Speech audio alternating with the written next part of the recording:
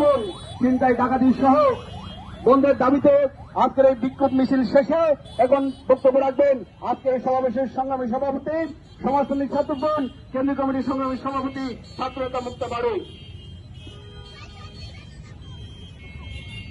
সংগ্রামী সমাবেশ, আমাদের কথা যারা শুনছেন পথচারী ভাই বোনেরা এবং বিশ্ববিদ্যালয়ের শিক্ষার্থী শিক্ষক সকলকে আমাদের আজকের যে সমাবেশ সমাজতান্ত্রিক ছাত্রফ্রন্ট এবং বাংলাদেশ ছাত্র উন্নয়ন কেন্দ্রীয় কমিটির পক্ষ থেকে দুটি সংগঠনের পক্ষ থেকে সংগ্রামী শুভেচ্ছা এবং বিপ্লবী অভিনন্দন জানাই। সংগ্রামী বন্ধুগণ, আপনারা দেখেছেন যে বাংলাদেশে যে ডেভিল হান্ট নামে যে একটি কার্যক্রম চলছে, তখন থেকে আমরা দেখেছি যেন এই নৈরাজ্য আরো বেশি বৃদ্ধি পেয়েছে। গত 5 আগস্ট যে গণঅভ্যুত্থান এদেশের ছাত্র শ্রমিক জনতা সংগঠিত করেছে, সেই গণঅভ্যুত্থানের যে চেতনা, সেই চেতনাকে মারিয়ে আমরা দেখেছি কিভাবে করে প্রত্যেকটি বিশ্ববিদ্যালয় থেকে শুরু করে গ্রামে গঞ্জে পর্যন্ত কিভাবে করে মব সন্ত্রাস পরিচালিত হয়েছে।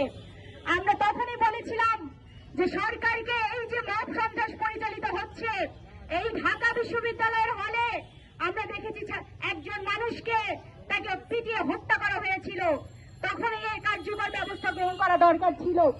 আমরা বলেছিলাম রাজশাহী বিশ্ববিদ্যালয়, জাহাঙ্গীর বিশ্ববিদ্যালয়, এইরকম করে প্রত্যেকটি বিশ্ববিদ্যালয়ে আমরা দেখেছি কিভাবে করে মব সৃষ্টি করা হয়েছিল।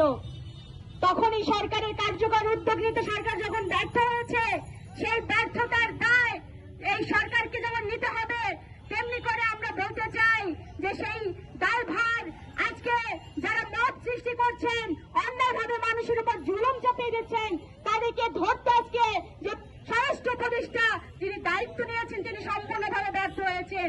সংগ্রামী বন্ধুগণ, গত 48 ঘন্টায় 62টি ধর্ষণের মতো ঘটনা ঘটেছে। আমরা বলতে চাই যে এই যে ঘটনা, কোথাও যে আমরা দলবদ্ধ সংগঠিত যে ধর্ষণের ঘটনা ঘটেছে, সেই ধর্ষকদের আমরা গ্রেপ্তার হতে দেখছি না। আমরা বলতে চাই যে এই যে গণঅভ্যুত্থানের যে অরণ্য নজির এদেশের আমাদের শিক্ষার্থী বোনেরা সৃষ্টি করেছিল, আমরা দেখেছি যে 14 জুলাই থেকে এই সেই 5 যে আগস্ট সেই পর্যন্ত প্রত্যেকটি মিছিলে সম্মুখ সারিতে নেতৃত্ব দিয়েছিলেন আমাদের ছাত্রী বোনেরা। সেই সময় আমাদের বড়দের কোনো নিরাপত্তা ছিল না। আমরা দেখেছি নিরাপদ জায়গায় সেই আন্দোলনে আমরা ভাইয়েরা এবং বোনেরা কাঁধে কাঁধ মিলিয়ে জীবন দিতে কুণ্ঠাবোধ করেনি আমাদের বোনেরা।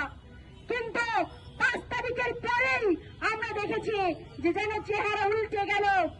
আজকে সবচেয়ে বেশি আক্রমণ নেমে এসেছে আমাদের বোনদের উপরে, আমাদের শিশুদের উপরে, আমাদের শিক্ষার উপরে, আমাদের জনগণের উপরে। যে জনতা লড়াই করে সংগ্রাম করে জীবন দিয়ে এই দেশকে একটি স্বৈরাচার মুক্ত করলো, সেই জনগণের উপর নিপীড়ন শুরু হয়েছে।